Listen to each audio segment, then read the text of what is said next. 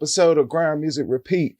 You got Draquan, Hood Rock TV, whatever y'all like to do with that. I got a special guest today, yo. We got the Ananamuss, yo. What's going on with you? Yeah. How you rocking, bro? Man, holding it, man. Yeah, okay, man. Hey, man. Like for real, like I thank you for coming to stop through right here. This song for the city right here, yeah. I got your love, man. Yeah. Love. Mm-hmm. So shoot, Mom, on a nice day like this, bro, how you doing? Hey, I was chilling with my family, actually, you know what I'm saying? My brothers and all that. Mm-hmm. When I came to do the podcast, I'm probably gonna go back down there where they at. Right with them, yo. Yeah, family is family. That's a big part. Like, cause like a lot of stuff I do on my music, it come from like, you know what I'm saying, my mom's, Uncle Daryl, Uncle Jay, you know what I'm saying, all of that, you know, that Pine Street love and stuff like that, yeah. That's what it is, man. Yeah. So shoot, man, let's start off like how you get the name the Governor though, man? Well, actually, the governor actually came from my first official mixtape. Okay. Which was the Ananamuss mixtape. Mm-hmm. Basically, I was just putting it out there like everybody wanted to be the king of the state, but who really runs the state? The governor does. Yeah. So that's why the name came from. Eminem really pushed it though. Okay. Shout out to her. Butterfly. Yeah, shout out to her. Butterfly. You know what I'm saying? She really pushed it. And the actual Anonymous name came from my man Dre Boone. Mm-hmm. Word up. He gave me that name. I was another name. I seen the name in the source. Yeah. And I was like, dang, I gotta change my joint. We sitting on the back of the porch one day just kicking it. Me and him came up from the dirt. Shout out Dre. That's my dude. Oh yeah. You know what I'm saying? And he was just like, yo, why don't you just call yourself Anonymous? Mm. And I was like, man, that don't mean that don't. He was like, that's the point. And I've been that ever since. You know what I'm saying? For real. Dang. So it's like they certain levels of this, like it was just like placed upon you, like great power comes great responsibility. Really. Yeah, it's crazy. And then I just decided myself to spell it the way I spell it. Yeah. You know what I'm saying? I wanted to spell it the way it sound, not the way it was. Right. Yeah. Because every time you say it, it's different. It ain't just the same. And then they be like, yo, we got this person on the car. And they're like, oh man, I know who that is. Yeah. They definitely say my name different every time. I swear they do. Dang. So like what was it like as far as like your first experiences in the studio or beginning to, you know what I'm saying, like creation of your style? Like I used to write a lot, like seriously, like write a lot. Never been to the studio or none of that. Like the first actual time that I went to the studio, I was living in Virginia. Okay. And I had met with this cat. He heard me rap, whatever. He was like, yo, I got a studio. Yeah. I be doing beats. You know what I mean? Come do something. So I was basically just putting verses that I wrote on beats that he had. Yeah. But then when I moved back here in like 2005.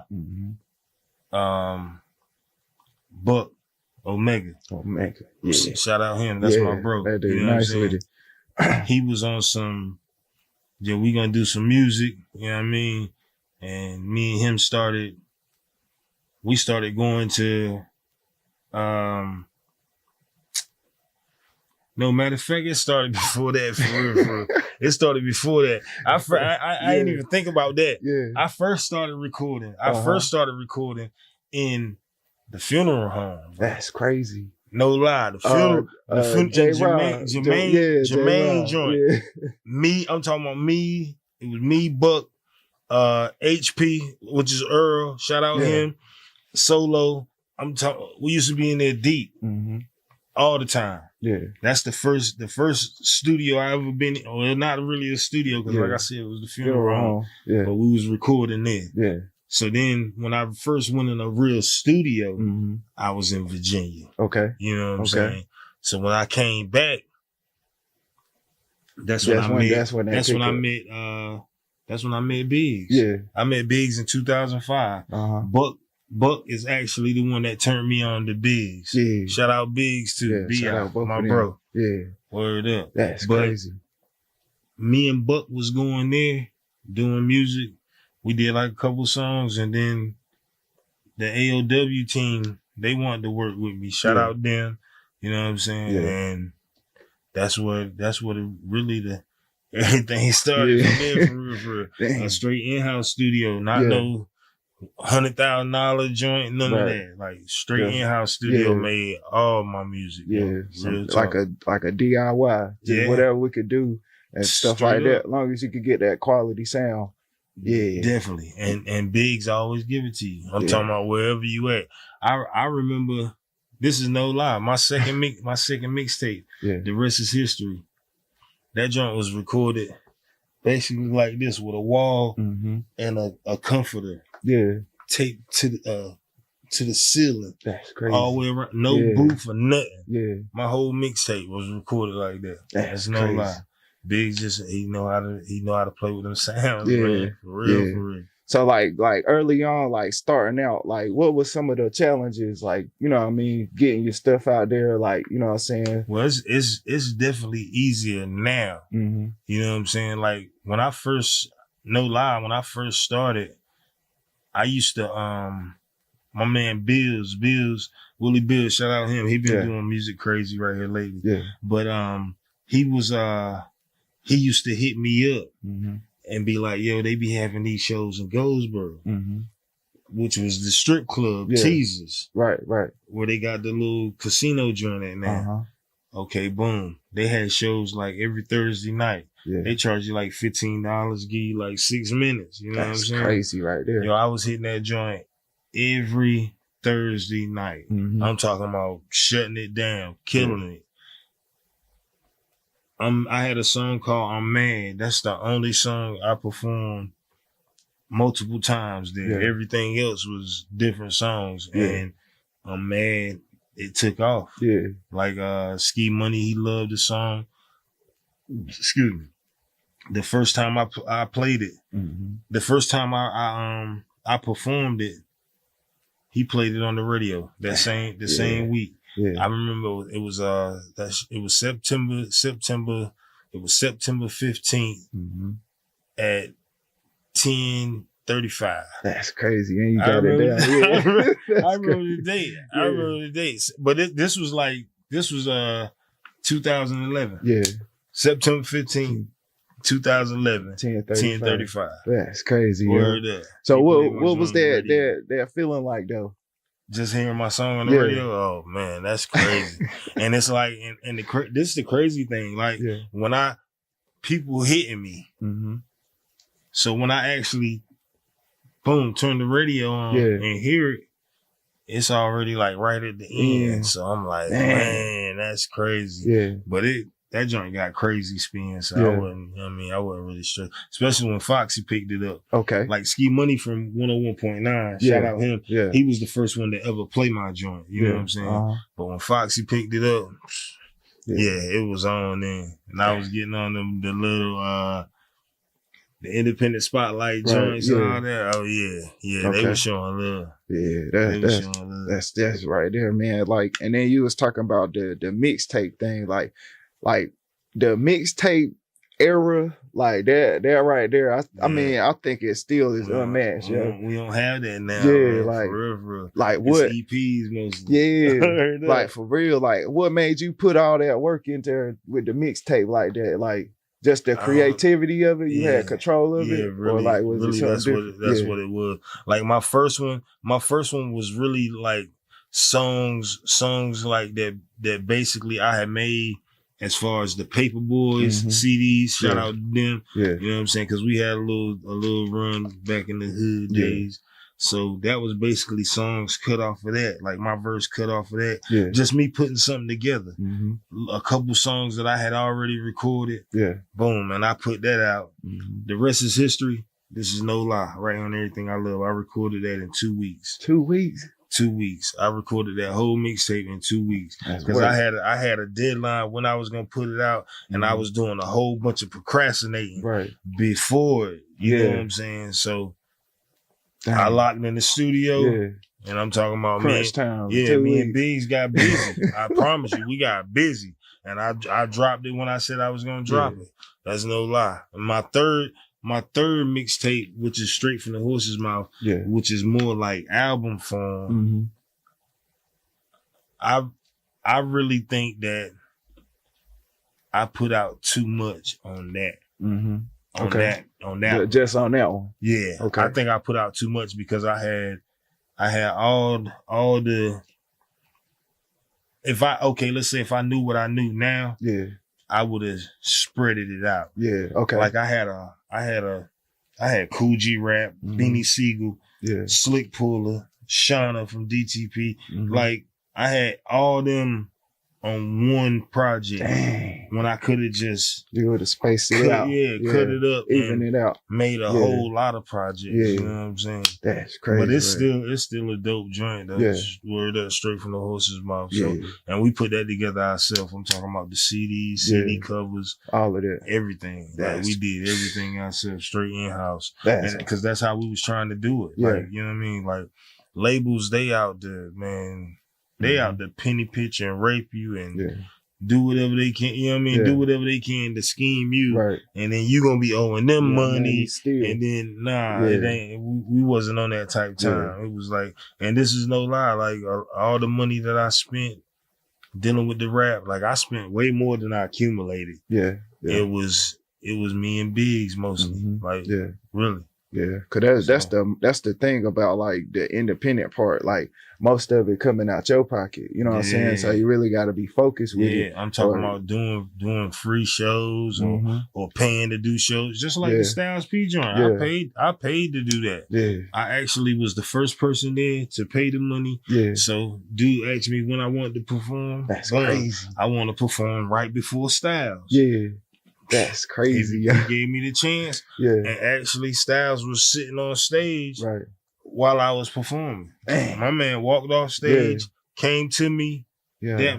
Anonymous, you got bars. Came to me, dapped me up, everything. Like humble dude, for real. Like shout out him to Styles P, the Ghost. Yeah, the Ghost. But I did a lot of songs with celebrities, man, and it mean a lot, but it don't mean nothing because you still got to put in a lot of the footwork yourself. Right. Unless they really, really dealing with you. Yeah. Like a lot of people thought I was going to, you know what I mean, sign with D Block and everything. You know what I'm saying? I was getting hits about that and a lot, but you know what I'm saying? And Styles road manager and Biggs was actually conversating a little bit, but negotiation. Nothing ever jumped off and nothing. So, you know what I'm saying? Yeah. I still did what I did. I ain't mad at what I did. Yeah. I wish I was doing it now during this time though, because it's a whole lot easier. You know what I mean? Yeah. But I also feel like a lot of my music landed on deaf ears.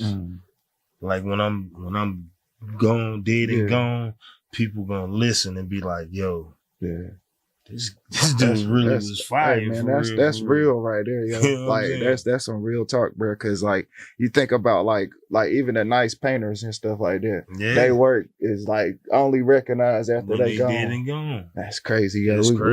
We're gonna try to change that, yo. We're gonna try to change that. That's real right there. So like who is some people like that, like as far as like where you get your style from, like as far as like influence? Well, I had to say the Locks, definitely. Yeah. Because I was heavily influenced by the Locks. Yeah. Growing up, you know what I'm saying? Jay-Z, definitely.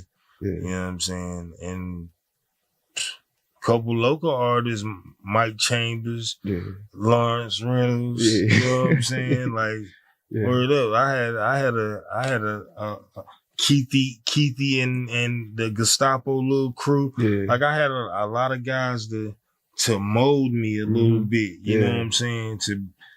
To be the rapper I was, like the little crew. But everybody like that I had dealt with they wasn't from really like North Carolina way, you know what I'm saying? Yeah. So that's what kind of molded my style for real. But I don't know. I guess I always been kind of different, even when I started writing for real. Yeah. So. Yeah, bro. So like you, like, cause I ride with the Locks too, you know what I'm saying? So like, as far as like actually meeting them though, bro? Like, how did y'all even, like, you know what I'm saying? Like I said, Styles, I opened up for Styles at this club in Goldsboro. Mm-hmm. You know what I'm saying? So, like I said, Styles is really like the only artist I ever opened up for that actually seen me perform. Just like when we did I did Summer Jam like 2 years in a row. Right. You know what I'm saying? But it was dope, but it wasn't because you never got to perform in front of the artist. Like you'll be performing before everybody get there and all that. So there's nobody ever really seen you rock out. So as far as Styles seeing me, he rocked with me. We went backstage, hollered at him after his show. Boom. He even gave us a discount, like for real, on the feature and everything. He gave us a discount on the feature, the video, all that. That's love, like for real. Yeah.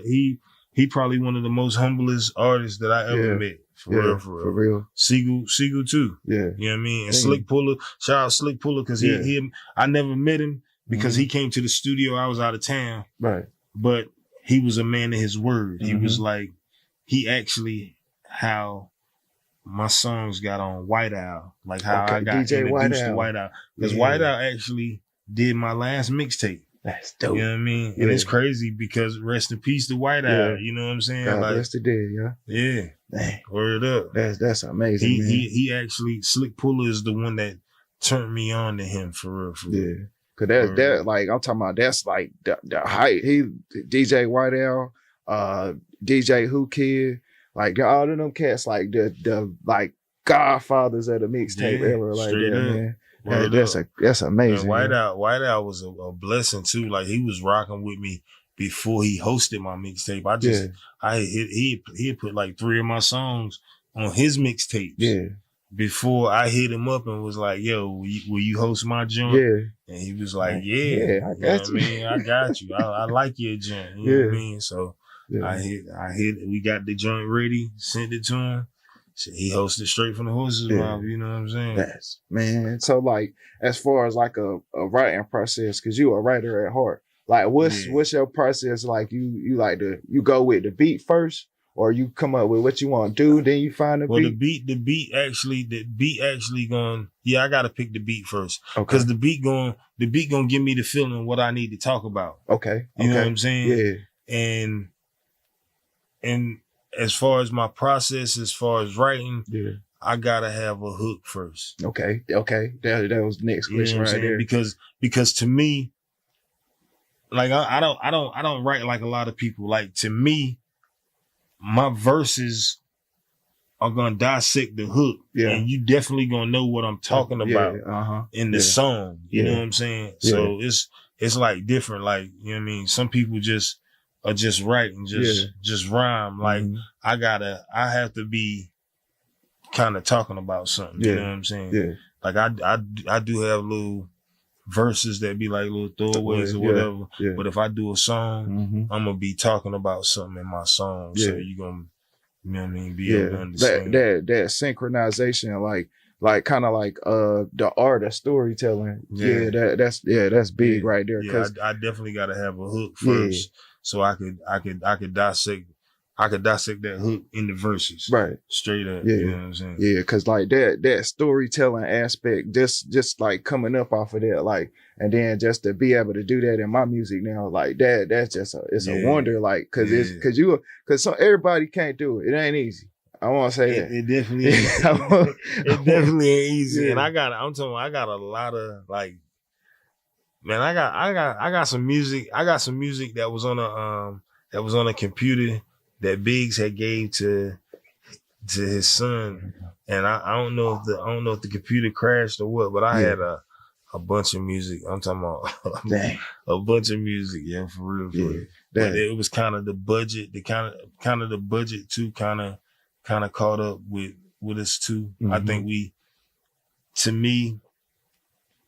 I think we kind of gave away too much music. Yeah. Too much good music. You know what I'm saying? Like it'd have been different if my music was mediocre or it was trash or whatever. But I feel like I had a lot of good music and it was too much of giving it away instead of trying to accumulate some income off of it. and just spending money ourselves out of pocket. Like, you know what I'm saying? Yeah. So really that's what kind of turned me away from the music, because it's like I spent more money than I accumulated. You know what I'm saying? So Cause, but I ain't mad at it either. You know what I'm saying? If I could do it different, I probably would. You know what I mean? I probably would do it different, but you can't change time. That's it is what it is. That's the thing. You know that's the thing though. Cause like, if you could do it all different, Dre, what you would change? I can't change nothing. Cause then there might be a piece of me that I don't have. Yeah. You know what I'm saying? Or that like you got peace with it. You know what I'm saying? You might not be at peace with it as much. I'm not, you know what I mean? It ain't put me like where I was financially struggling or nothing like that. So I can't complain. I spent the money because I wanted to. Right. Yeah. You know what I'm saying? Yeah. Like, excuse me. Bless. You know, I can't really blame nobody. You know what I mean? Because I chose to spend the money. Yeah, so, right. You know what I'm saying? And then because you got to invest in yourself, and then you got to invest. If you don't, the way I see it, if you don't invest in yourself, what makes you think someone else will invest in you? Right. Yeah. You know what I'm saying? Just because you nice and they like you. I done seen guys waste money like that. Like waste a lot of money because somebody was nice. They wanted to invest in them. Right. But they didn't have the work ethic. That right there. That you know right what I'm saying? there. So you taking care of somebody for a time or two, and they're not putting out what you're spending to take care of. Right. So the necessary work. Yeah. That so due diligence. You really done wasted, you know what I mean? Wasted a lot of time and money. Yeah. Like, so I never wanted to be like that. Like whatever was invested in me. Yeah. Like I'm gonna spend half of it. Right. You know what I mean? Yeah. Like that's just how I did. Yeah. If I had to spend all the money, I'm gonna come up with all of it. And, yeah. I mean, we gonna make it happen. You know what I'm saying? That's just how I was. Yeah. You know what I'm saying? And I ain't mad at that, because you know what I mean. Like Frank Sinatra said, I did it my way. You know what I'm saying? Straight up. Yeah, man. So, and that's commendable, bro. That's respect too. Because you know, some people, man, like how the world is. Like comparison is a thief of joy. We always worried about something we ain't never had. You know what I'm saying? I never did that. Yeah. I never tried to. And no lie, like, man, you might not believe me, but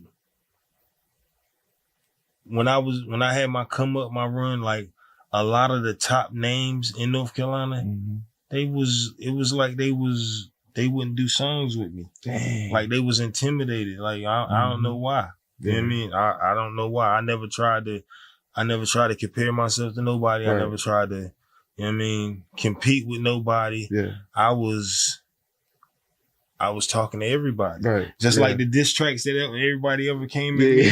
Like I never aimed at dissing nobody. Right. You know what I'm saying? But when I did diss somebody, I aimed at dissing them. Yeah. You know what I'm saying? Yeah. But when I dropped songs that made people diss me, I never aimed at dissing nobody. Yeah. I was coming at everybody. So, you know don't just single yourself out. Everybody getting this work. And that's what I was trying to get people to understand. Like, I'm not coming at you. I'm talking to everybody. You know what I'm saying? Yeah. And that's how you supposed to attack.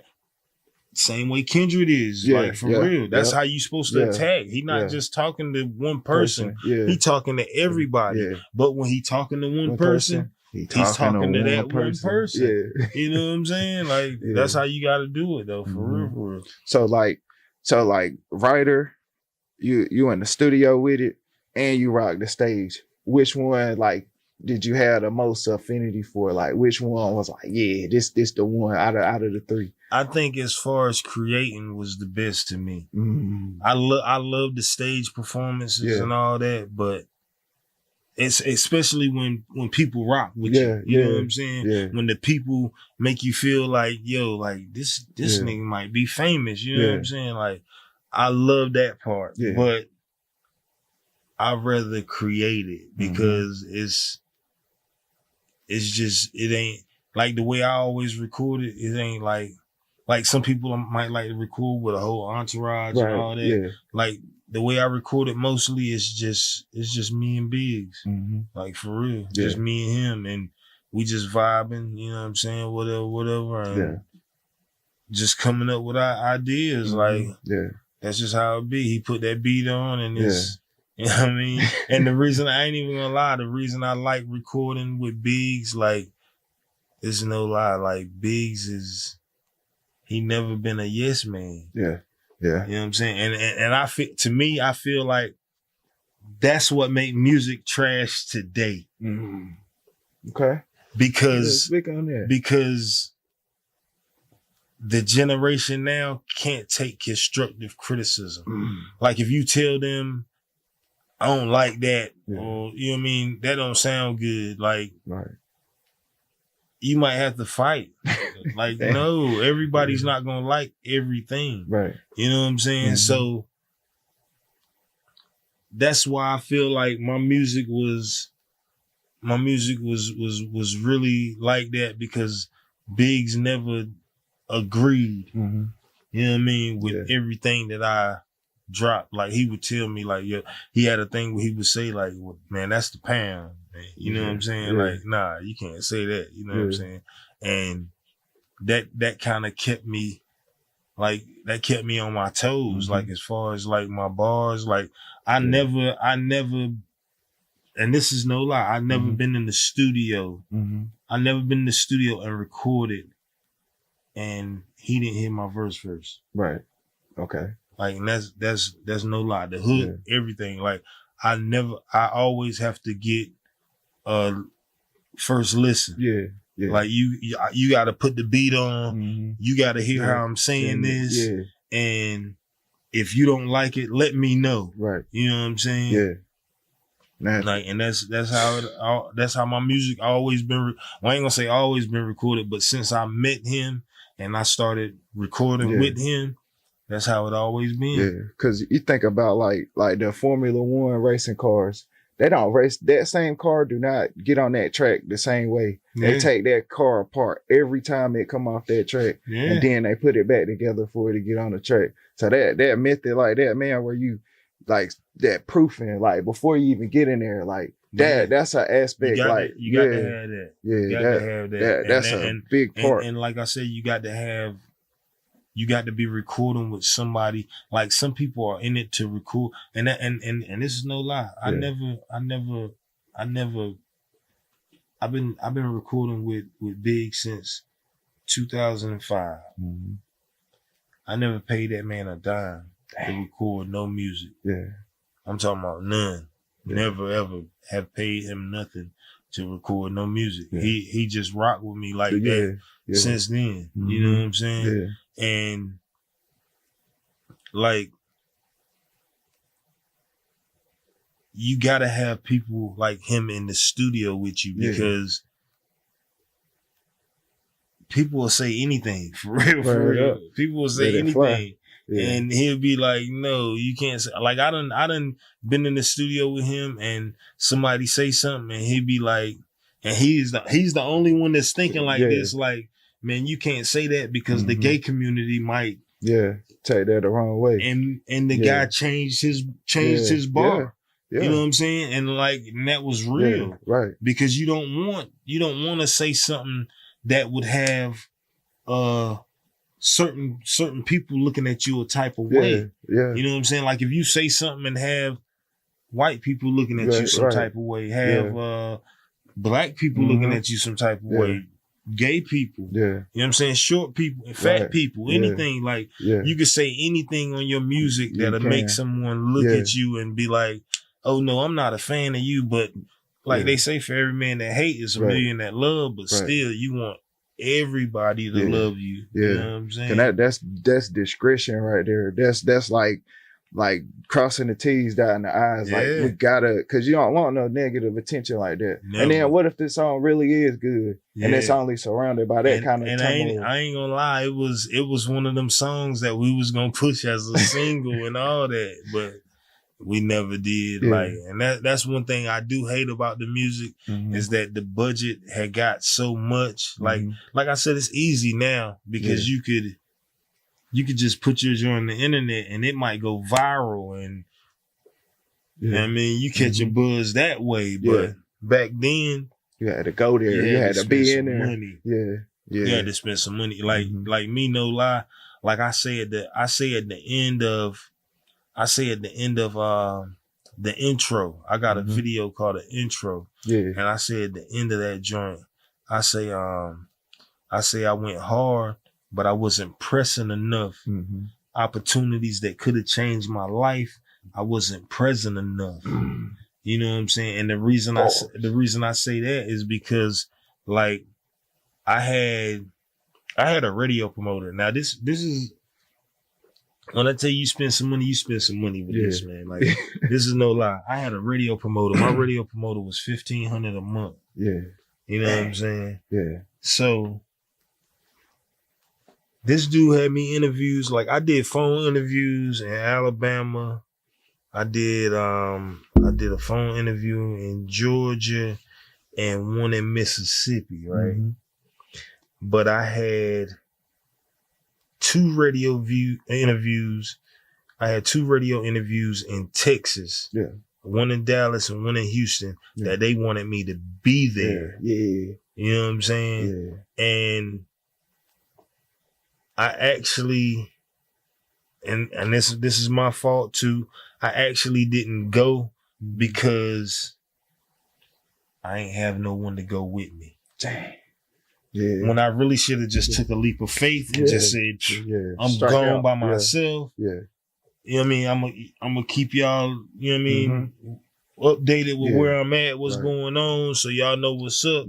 But that's actually why I didn't go, because no one would go with me. Dang. And no lie, I think if I would have went to those interviews, my career would have went in a totally different direction. Yeah. But I can't change it. I can't change it now. You know what I'm saying? But, and this was probably like 2013, something like that. Because like from 2011 to probably like 2013, like I was getting heavy radio play and everything. Like I really had it. I had it booming then for real. I seen you all turned up in Lake Artesia that night. Yeah, bro. We was in there. Oh yeah, that was my release party. Yeah. Matter of fact, that was my last one. I got that on YouTube and everything. Like, bro. I had a nice run, but it was really that budget, bro. Like we was spending a lot of money, but giving away a lot of music instead of selling it. Yeah. You know what I'm saying? Like, and I even talked to Biggs about the same thing nowadays. Like, yo, we gave away a lot of music, bro. Like a lot of good music, a lot of timeless music for real. Yeah. That we could have accumulated a lot of funds off of that would have kept the music going. Yeah. You know what I'm saying? Because that's really why, like, I still do verses now, write little stuff, like, but I don't really get into it like I used to. Like used to, I might write a song in 30 minutes. Yeah. You know what I'm saying? And record that joint like I wrote it last week. Yeah. You know what I'm saying? But like right now, I might write 8 bars in 30 minutes. Yeah. And the song might be written the next day. Yeah. You know what I'm saying? Yeah. Like for real. Yeah. And I'm gonna record it like going over and over and over on like it's just it's different. Like the love is different, the work ethic is different, everything. Like and shout out SL. That's Big Son. He next up for real. Okay. I'm talking about bars crazy. Like I passed him the torch for real. Like he sounds just like me. I swear he does. Yeah. But me and him got a couple joints on YouTube too. We supposed to be putting our EP together. Yeah. I don't even know the name of it. I will tell y'all, but I don't know the name. Yeah. But he tried to keep me going all the time. Yeah. Like, yo, let's go to the studio. You know what I mean? I need you to get on this verse, this and this and that. So, you know what I mean? But I just don't. I don't have the love for it like I used to. Yeah. Like, it's different when you got that love. When you got that love for it, like it ain't nothing gonna keep you away from that studio. Yeah. Like I used to be a studio rat, bro. Like I would just go to that joint just to chill, listen to beats. You know what I mean? Just vibe, talk to Biggs all day. You know what I'm saying? Get on his nerves. Like, no lie. Like, that's my word, bro. I used to be a studio. I'd go to the studio and wouldn't even record, my nigga. Like, no lie. Just like being in there. Just be there. You know what I'm saying? Yeah. Like, yo, let me hear that song I recorded 2 weeks ago. Like, like, you know what I mean? Just in that joint, like, yo, I might should have said this and this and that. Like, just going over stuff. Like, I used to be like that, bro. But for real. Like, now I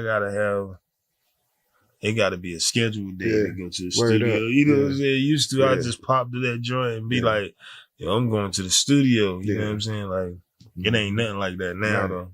Because I think it'd be like it'd be a purpose. You know what I'm saying? You like when you got a purpose, you want it. You locked in now. And I ain't even gonna lie, like, dog, I used to put that on my applications. Like, that's no lie. Like, I would fill out an application for a job, and it would ask me what I was doing from this year to that year, and I was a rapper. I would give them Biggs' number, his address, and everything. Like, dang. That's no lie. Like, I was putting that down as my job reference. Like, I was a rapper from this year to that year. Like, and it was a lot of years. I ain't gonna lie, for real. I never thought I was gonna ever get a real job for real, but it happened for me, and I ain't even mad because, you know what I'm saying, I like working and going home. You know what I'm saying? I'm being safe. I'm out the way. Spend time with my daughter and all that. You know what I'm saying? So I don't have no complaints, bro. You know what I mean? I don't complain about what I went through, but I do know for a fact, excuse me, if people sit back and listen to my music, they gonna say, yo, this guy had a message in every song. Yo, for real. That's the biggest thing too, like, because like, shoot, we ain't, you know what I'm saying? We ain't made to live forever and stuff like that. But as we pass on different pieces of information, you know what I'm saying? That's the thing that lives on right there, You got a message in every song, for sure, every verse and all that. Like, you got to have one though. You know what I'm saying? Because that's what people gonna remember you for. Especially like if you a person that do music, I want people to remember me for like, yo, he was a good dude, but his music used to be crazy, yo, for real. You know what I'm saying? That's how I want to be remembered for real. Like, and timeless. Like, even when I'm gone, like I put it to you like this. I actually dropped like a 8-track EP in 2020 called Autobiography. It was on Apple Music, but we ain't paid the money for it yet because we're trying to get money. We trying to put all of my music up there. I got all the CDs in the car right now. I should have bought them in when I came in. I got Governor the Governor Must mixtape. It's actually called Deals on the Table. The Governor Must mixtape. I got The Rest Is History mixtape. And I got Straight from the Horse Mouth mixtape. I got all three of them in the car right now. We trying to get together.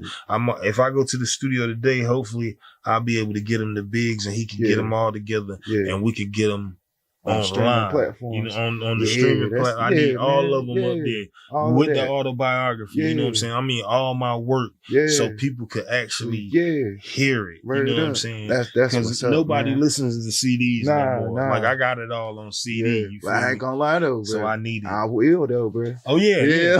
But I need everybody to have it. You know what I'm saying? Like, for real. But I got all the CDs in the car right now. I even got the Paperboy CD in my car right now, bro. That's crazy. And that joint, we probably recorded the Paperboy CD it had to be.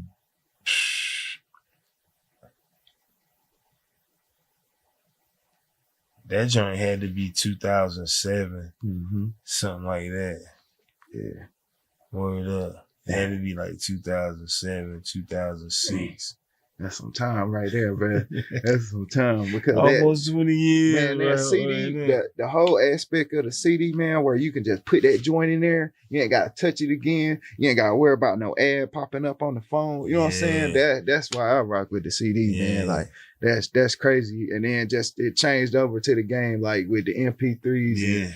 Now you gotta have your music on them streaming platforms. If you don't, you losing. So. That's why I'm actually trying to get everything I had on streaming platforms, bro. Because I'm telling you, if you ain't got it on them streaming platforms, you losing, bro. For real. And you can actually make money. Like that TuneCore joint. Right. You can make money off that. Like if you get them streams. Run it up. You can make some money. So I'm trying to get my joints up there because I need it up there. You know what I'm saying? I got a lot of music. For real. So that's what's coming up next right there. Me trying to get everything on the platforms. On platforms. Yeah, that's about the only thing I'm doing. And like I said, SL, I got an EP coming with him. I don't even know the name of it, but we got something coming. Other than that though, man, I ain't doing no music, man. So he lit that pilot light up a little bit. A little bit. It'll take. Like I ain't gonna lie, like I have to really deal with you. Other than that, it's gonna take some change for me to do a verse right now. Like I'm gonna have to have some money to do a verse right now for real.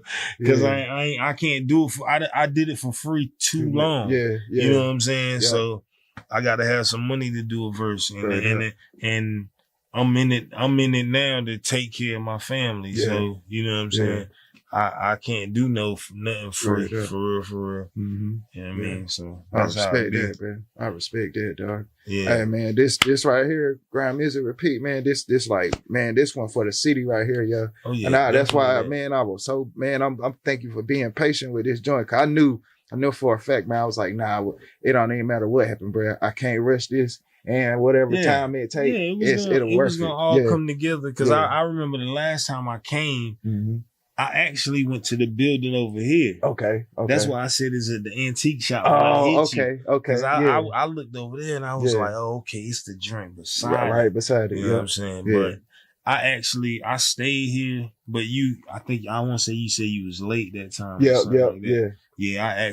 I went, I can't even remember where I went. I think you said something had to move or something. But it was gonna all come together. I wasn't gonna forget about you, man. Oh yeah, word up. I got to show love for you. You know what I'm saying, bro? I'm talking about, man. This is like, you know what I'm saying, a way for me to, you know what I'm saying, shout out to what came before me. You know what I'm saying? And then the messages you giving out here to these artists. You know what I'm saying, about how to rock. You know what I'm saying? That right there, that's the biggest part of this. Invest in yourself, man. For real. To me, that's the best thing that you could do as an artist. Invest in yourself.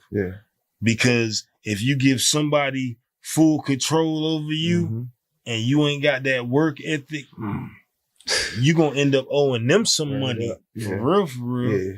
Not saying you gonna pay them, but if you don't pay them, they gonna take it out of whatever they get. You're a sucker for real. If you don't pay, but you know what I mean? You gotta invest in yourself, man. For real. Yeah. I'm talking about this been real building with you, man. Grind Music Repeat, yo. Hey, he said he gonna put it on. He gonna put some of that muss on all streaming platforms, man. Y'all check out for that. Where it got an untitled EP with SL, yo. Keep on the lookout for that, man. Shoot, man. I thank you, bro, for pulling up right here, man. Bro, you done made my day, man. Traverse City, North Cat. I think I'm about to get in the studio today, man. Like, hey, get it in. Get it in, real, bro. I promise you. Yeah, man. So, hey, y'all done heard it from the governor, yo. Grind Music and Repeat, man. If it ain't about music, we can't use it. Whenever I'm broke, that's the worst me. So just be mindful. Don't disturb me.